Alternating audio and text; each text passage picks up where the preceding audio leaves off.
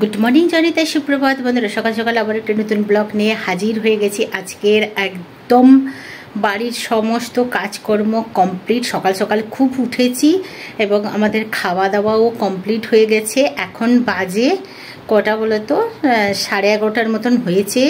কারণ আজকের এত তাড়াতাড়ি আমাদের দুপুরের খাওয়া দাওয়া সব কমপ্লিট হয়ে গেছে। ব্রেকফাস্টে শুধু আজকে চা বিস্কুট খেয়েছি, কারণ আমরা ফাইনালি আজকের আসাম যাচ্ছি পুরো ফ্যামিলি। যে ননদ এসেছিল ওকে ছাড়ার জন্য, ননদ কাম বোন, ওকে ছাড়ার জন্য আমরা এখন সবাই রওনা দেব। অনেক বছর পরে আমরা ঘর থেকে বেরোচ্ছি। 2018-এ আমরা ঝাঁসি থেকে বাড়ি এসেছিলাম, তারপরে আর কোথাও বেরোনো হয়নি।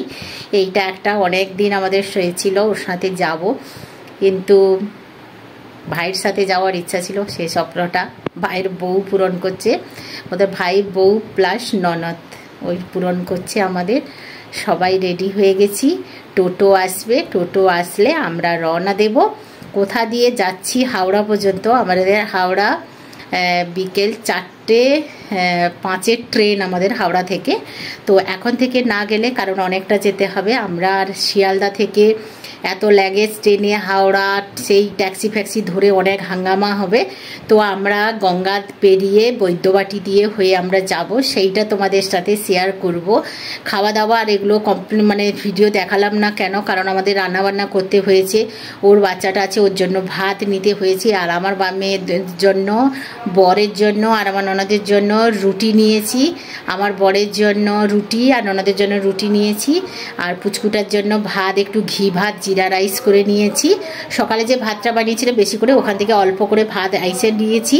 ফয়েল পেপার খাবার প্যাক করার সব নিয়ে এসেছিল আমার বড়মশাই, তো ওতে ভাত একটু বেশি করে নিয়েছি। পুচকুটা যা খায় খাবে, আর তার দিদিরা সবাই ভাগ করে খেয়ে নেবে, এরকম একটা ভাত বেশি করে নিয়েছি। লুচি নিয়েছি, রুটি নিয়েছি, আমার জন্য একটু আলুর তরকারি নিয়েছি, একদম শুকনো শুকনো আলু কষা নিয়েছি, আর ওদের জন্য চিকেন কষা নিয়েছি। কারণ মেয়েরা বাড়িতে যখন আমরা বাইরে থেকে আসতাম কি যেতাম, আমাদের চিকেন কষা থাকতো। চিকেন কষাই বলে দিয়েছে যে লুচি চিকেন কষা ওরা খাবে। আবার জিরা রাইস ঘি দিয়ে এতটা দিয়ে বানিয়েছি, দেখলে আবার বলবে যে অল্প অল্প করে খাবো। তো আমার জন্য তো টোটালি নিরামিষ। সবাই এতদিনে জানতে পেরে গেছে যে আমি নিরামিষ খাই। তাহলে চলো, এখন আর বেশি বকবক করবো না, একদম বেরোনোর সময় কোথা থেকে ভিডিও করব সেটা দেখবো। কারণ এখন খুবই আনন্দিত যে একটা বাইরে যা প্রচণ্ড গরম। সবচেয়ে বেশি কষ্ট হচ্ছে গরমে সব কিছু হয়ে যায়। সিম্পলভাবে আমি যাই, না মেকআপ না কিছু, না লিপস্টিক। এতদিনে তোমরা দেখেছো বিয়ে বাড়ি যাই আমি কোনোদিন লিপস্টিক মেকআপ কিছুই করি না। একটা শখ ছিল আমার পাউডার আর পারফিউমের।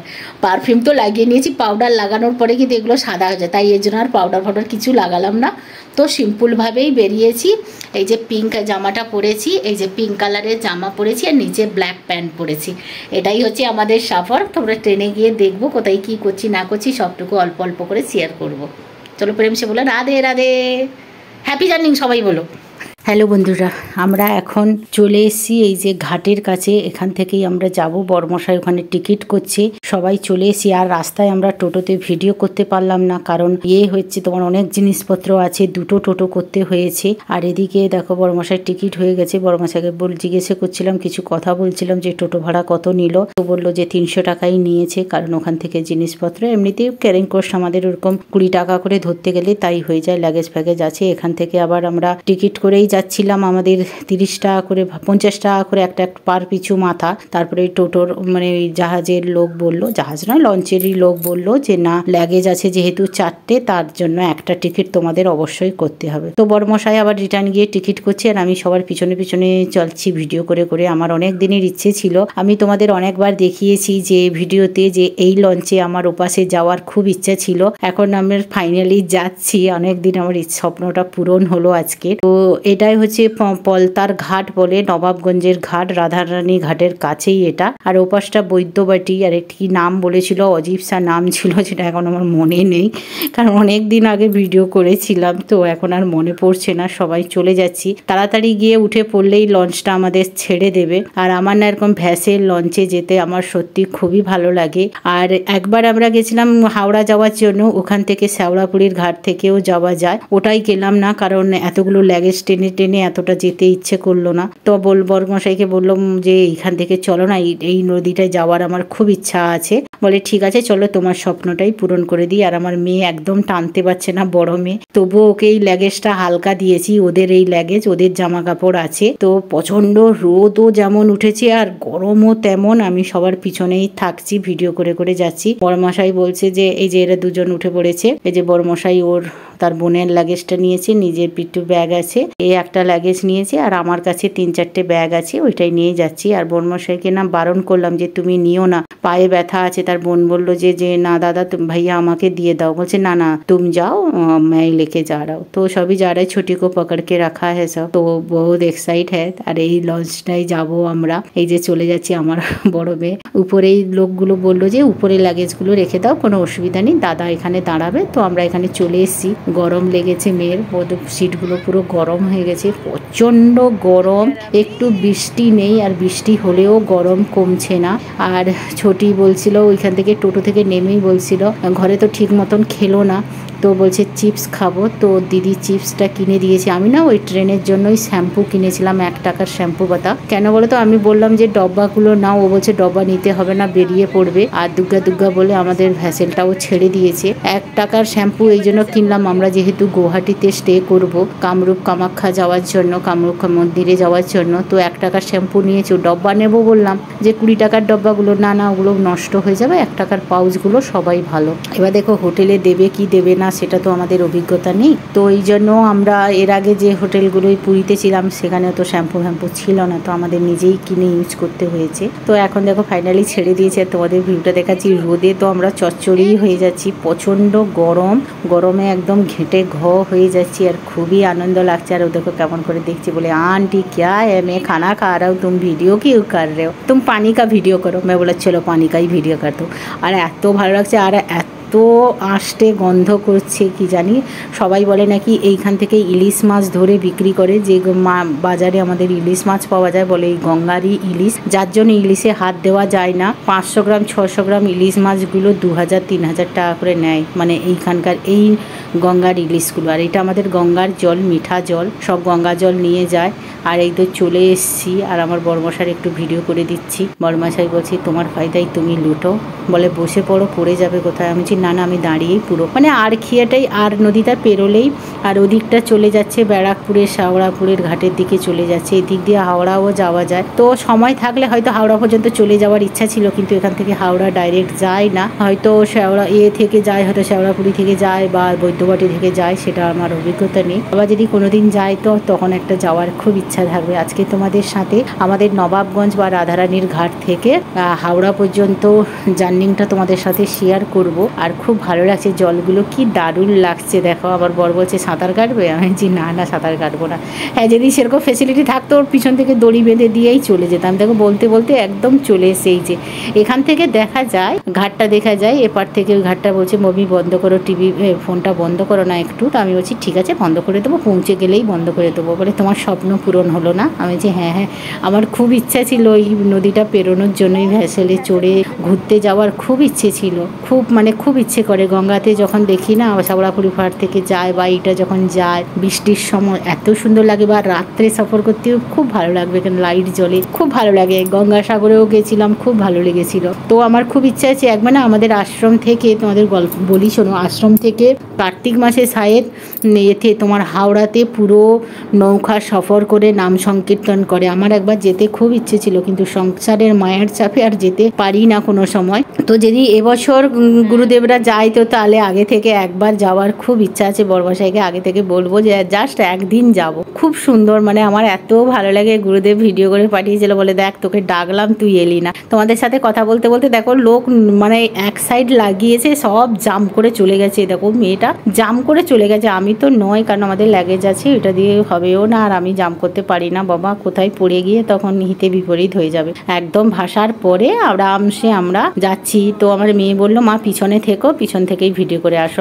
আমি একটা লাগেজ টেনে দেখি, বলে না না তোমায় করতে হবে না, তোমার কাছে 3টে ব্যাগ আছে, তুমি ওইটা করো। বড়মশাই বলতে তোমাকেও নিতে হবে না, আমি ওখানে তুলে দিচ্ছি, তারপরে ছোটো মেয়ে আর বড় মেয়ে ওরা টেনে নিয়ে চলে যাবে। আমার আর প্রচণ্ড গরম, সবচেয়ে বেশি না জলের ব্যাগ প্রচুর নিতে হয়েছে। একটা ব্যাগের মধ্যে আমাদের কমসে কম 7-8 লিটারের জল বোতল ঢুকানো আছে, কারণ আমার ছোটো মেয়ে প্রচণ্ড জল খায়, যত গরম লাগবে তত জল লাগবে। এই যে হাসে এই কথা বলতে, আমি তোর ব্যাগটাতে দেখ কত ভারী, দেখ জল নিয়ে আমি চলতেই পারছি না। বলে মামা এরকম বলে না। আর ও না ঘর থেকে বেরোনোর সাথে সাথেই জল খাওয়া শুরু করে দেবে। কতবার টোটোতে জল খেয়েছি, নৌকাতে জল খেয়েছি। আমি বলছি ভিডিও করবো, বলে না না করো না করো না। এই দেখো আমরা আবার চলে যাচ্ছি সুন্দর করে। ওপাশে আবার টোটো ধরতে হবে, এই পাশে আমরা কোনোদিন আসিনি। বরমশাই একবার গেছিল, হাওড়াতে গেছিল, তো অনেক দিন আগে। তারপরে এই ঘাটটা বন্ধ হয়ে গেছিল, খারাপ হয়ে গেছিল বলে এই বৈদ্যবাটির ঘাটটা, এই পাশের ঘাটটাই হচ্ছে রিপেয়ারিং এর জন্য অনেক বছর বন্ধ ছিল। তারপরে ফাইনালি এটা খুলেছে, তো অনেক দিন থেকেই হচ্ছে। আর সব জায়গায় শুধু বিহারের দেখো, এখানে খুব সুন্দর ঠাকুর মন্দির, কিন্তু কোথাও একটু নাম দেখতে পেলাম না, যে ঘাটের নামটা। অনেক চেষ্টা করছিলাম যে ঘাটটার, আর কাউকে জিজ্ঞাসা করতেও না আমার খুব মানে খারাপ লাগে, কি ভাববে বলে। এমনিতেই ভিডিও করে করে যাচ্ছি, সবাই দেখছে আমাকে। তো আমার মেয়ে বলছে আরামসে এসো মা, দেখে দেখে আসো, ভিডিও করার চক্করে আবার পা না মুচড়ে যায়, কারণ রাস্তাটা ভালো নয়। আর ছোটো মেয়েকে বলছি বাবা গাড়ি একটু লাগেজটা টেনে নিয়ে যা, আর চাকা ফাঁকাগুলো কোথায় ভেঙে যাবে, কারণ রাস্তাটাও ভালো নয়। আর বড়মশাই বললো যে অনেকটা হেঁটে যেতে হবে, কারণ এখান থেকে পুরো মেন রাস্তা পর্যন্ত হেঁটে যেতে হবে। এই যে দেখো তোমাদের দেখাচ্ছি, ঘাট থেকে কিন্তু মেন রাস্তা পর্যন্ত অনেকটা, তাও আমি কেটে কেটে করে ভিডিও করেছি। আর দুই সাইডে দেখো শুধু ঠাকুর মন্দির, খুব সুন্দর সুন্দর ঠাকুর মন্দির, ভোলে বাবা মন্দির, কালী মন্দির, তারপরে তোমার আরো সব মন্দির আছে। এই যে ফাইনালি আমরা টোটোতে চলে এসেছি, দুটো টোটোই করেছি। একটাতে আমার বড়মশাই, আমি লাগেজ, আর আমার বড় মেয়ে, আর একটাতে তার আন্টি আছে, আর পুচকুটা আছে, আর আমার ছোট মেয়ে লাগেজ আছে। এই যে করে চলে যাচ্ছি। এখান থেকে হচ্ছে তোমার বৈদ্যবাটির স্টেশনটা বেশি দূর নয়, তবুও অনেকটা যেতে হবে। তো মেয়েকে বললাম যে এবার টিকিটটা করে নে, ট্রেনের টিকিটটা ফোনের মাধ্যমে করে নে। আর রাস্তাঘাটে দেখো দোকানগুলো তোমাদের দেখাচ্ছি, কারণ এখন আর মিউজিক দেওয়া যায় না, কারণ মিউজিক দিতে গেলেই কপিরাইটের কোনটা গান ফ্রি হবে কি জানি না। 1 বছর পরে 2 বছর পরে কপিরাইট দিচ্ছে। আমার কোথায় 6 মাস পরে আমি জাস্ট একটু আমার নিজের গলায় বৃষ্টি হচ্ছিল বলে গান করেছিলাম বলে, সেটাতে দেখলাম 1 বছর পরে কপিরাইট। রাগ ধরে বলো তো, এমনিতে ভিউজ নেই, তারপরে যদি কপিরাইট দেয় কি জ্বালা, বাবরে বাবা। এমনি দেখো লোক নাঙ্গা পুঙ্গু করে ভিডিও ছেড়ে দিচ্ছে, তাদের কপিরাইট দেয় না। আর আমারটাতেই এক মায়ের অপারেশন হয়েছিল, শুধু স্টোনটা দেখিয়েছিলাম, তাতেই ইয়েলো কালার করে রেখে দিয়েছে। একটু ভিউজ হলো, সেটাকে শুধু আমাদের ইন্ডিয়ারই দেখতে পায়। এমনিতে দেখো বিদেশে সব পেট কেটে হেঁটে ছুটে নোংরা ভিডিও ছাড়ছে, তাতে কোনো স্ট্রাইক নেই। কিন্তু আমরা যদি ভালো ভিডিও করে ছাড়ছি, তাতে তো ভিউজও পাবো না আমরা, প্লাস হচ্ছে এ কপিরাইট হেনস্টাই ঘনটাই এই করতে থাকে। ভালো লাগে না গো, মাঝে মাঝে রাগই ধরে খুব আমার। আর একটু সময় থেকে বেরিয়েছি, কারণ ট্রেনের ব্যাপার, আর বাচ্চাগুলোকে নিয়ে কোন ট্রেনে ভিড় হলে উঠতে পারবো কি পারবো না, এতগুলো লাগেজ নিয়ে, তাই তাড়াতাড়ি আমরা একটু রওনা দিচ্ছি হাওড়া রুটে। হয়ে গেছে আমাদের অনেক দিন পরে আমরা হ্যাঁ আমার হয়ে গেছে। বাইরে বেরিয়েছি, মনে হচ্ছে যেমন তোমারটা করে দেবো। ফৌজি যাচ্ছি। ওকে ফৌজি, যেমন আমরা প্রথমে বছরে একবার করে বাড়ি আসতাম, আমার বাড়ি থেকে আবার আমাদের ইউনিটে ফিরে যেতাম, সেই ফিলটা এত বছর পরে আমাদের 2018-এ আমরা ঝাঁসি থেকে বাড়ি চলে আসি। 2025-এ আবার ঘর থেকে একটা বেরোচ্ছি, এক গাড়ি বলে গিয়েছি নিয়ে, তাও আমার ফৌজি দাদার জন্য। সবাই বলো ভালো থাকো। ওকে। টোটোতে বসে বসে আমাদের ওই ট্রেনের টিকিটটা হয়ে গেল, মানে বৈদ্যবাটি থেকে হাওড়া যে ট্রেনটায় যাব সেই ট্রেনটার টিকিট করে ফেললাম। আর আমি বলছিলাম, তোমরা শুনতে পাচ্ছ কিনা জানি না, যে আমরা অনেক দিন পরে বেরিয়েছি, মনে হচ্ছিল যেন আমরা ফৌজে আবার যাচ্ছি। বছরে একবার বাড়ি আসতাম, সেই ফিলটা যেন হচ্ছে অনেক দিন পরে। আমার ছোট মেয়ে ড্রেস পরেছে আর লাগেজ ট্রেনে যাচ্ছিল, মনে হচ্ছিল যেন ও ফৌজের অফিসার হয়েছে। আমি বলছিলাম যে তোকে অফিসার মতন লাগছে। আর এই যে আমরা ফাইনালি বৈদ্যবাটি স্টেশনে নেমে পড়েছি টোটো থেকে। এবারে হেঁটে এখানে ওখানে জল ছিল বলে তারপরে আর ভিডিও করতে পারলাম না, নোংরা ছিল বলে ফোনটা বন্ধ করে তারপরে স্টেশনে আসার পরে আবার আমি তোমাদের ভিডিও করে দেখাচ্ছি। এখন প্ল্যাটফর্মটা ফাঁকা, তো ট্রেন আসবে আমাদের দেরি করে অনেকটা সময়। বরমশাই বলছে কত তাড়াতাড়ি বেরিয়ে আসলে, আমি কোনো ব্যাপার না, বাচ্চা কাচ্চা নিয়ে যাব, তাড়াতাড়ি আসাই সবচেয়ে বেস্ট। এই যে সবাই এখানে পৌঁছে গেছি, দাঁড়িয়ে এখন আলোচনা হচ্ছে। আমার বরমশাই কিছু বলছে, হাই বলো।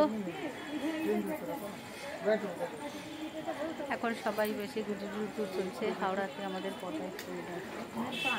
4:10 ট্রেন, কিন্তু আমরা খুবই তাড়াতাড়ি চলে এসেছি।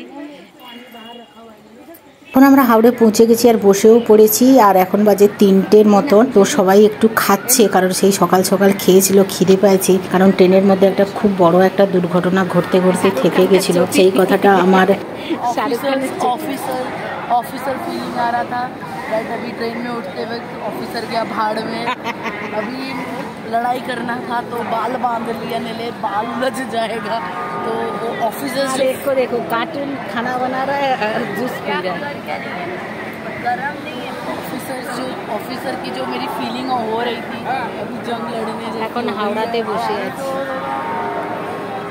বৈদ্যবাটির ট্রেনে আর আমরা করতে পারলাম না, কারণ সেইটা হচ্ছে খুবই ভয়ঙ্কর একটা সিন ছিল। কারণ ট্রেন আসার পরে ট্রেনটা এত ভিড় ছিল, আমার ছোট মেয়ের জিনিসগুলো তোলার পরে আর ছোট মেয়ে উঠতে পারেনি, কারণ গেট থেকে কেউ ছাড়ছিল না, ও স্লিপ করে গেছিল। ওকে সবাই খিঁচে আমরা তুলেছি, আমার বড় মেয়ে, আমি, ওর আন্টি সবাই খিঁচ করে। তো আমার ছাতির মধ্যে প্রচন্ড কষ্ট হচ্ছিল যে মেয়েটা উঠতে পারবে কিনা, খুব ভয় পেয়ে গেছিলাম। ওর বাবা আলাদা বগিতে উঠেছিল, লাগেজগুলো থাকার জন্য না খুব হয়ে গেছিল, আর পা স্লিপ করে গেছিল, মানে খুব কান্না পেয়েছিল। চলো, ঠাকুরের কৃপায় ভালোভাবে আমরা হাওড়া পৌঁছে গেছি। তো আজকের জার্নিংটা তোমাদের কেমন লাগলো কমেন্ট করে অবশ্যই জানাবে, অনেক অনেক ভালোবাসা দেবে, হ্যাপি জার্নিং সবাই বলবে। তো পরের ভিডিওতে তোমাদের দেখাবো পরের জার্নিংটা গুয়াহাটি পর্যন্ত। তাহলে প্রেমসে বলো রাধে রাধে।